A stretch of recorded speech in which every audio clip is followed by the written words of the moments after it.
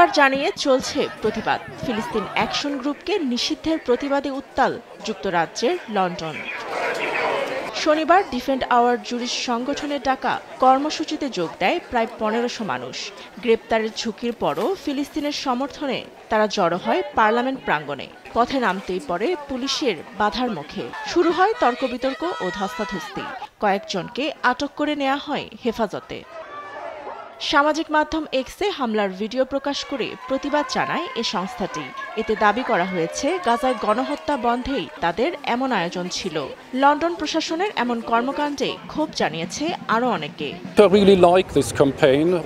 ফিলিস্তিন অ্যাকশন গ্রুপের সমর্থন করায় আমরা আইন ভঙ্গ করেছি, তবে আমরা কাউকে হুমকি বা কাজে বাধা দেইনি। আমাদের প্রতিবাদ শান্তিপূর্ণ ছিল। সেখানে প্রশাসনের এমন আচরণ অযৌক্তিক।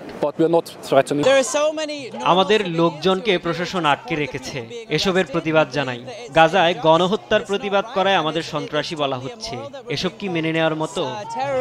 পুলিশের লাঠিচার্জে আহত হন অনেকেই। তবে পুলিশের উপর আক্রমণ ও নিষিদ্ধ সংগঠনের সমর্থনে তাদের গ্রেপ্তার করা হয়েছে বলে দাবি প্রশাসনের। গেল জুলাইয়ে সন্ত্রাসবাদ আইনের অধীনে ফিলিস্তিন অ্যাকশন গ্রুপকে নিষিদ্ধ করে সরকার। এমনকি সমর্থনের প্রমাণ মিললে ১৪ বছরের সাজার বিধান রেখেছে কিয়ার স্টারমার সরকার। ফাতেমা তাসনিম, নিউজ ডেস্ক, দেশ টিভি।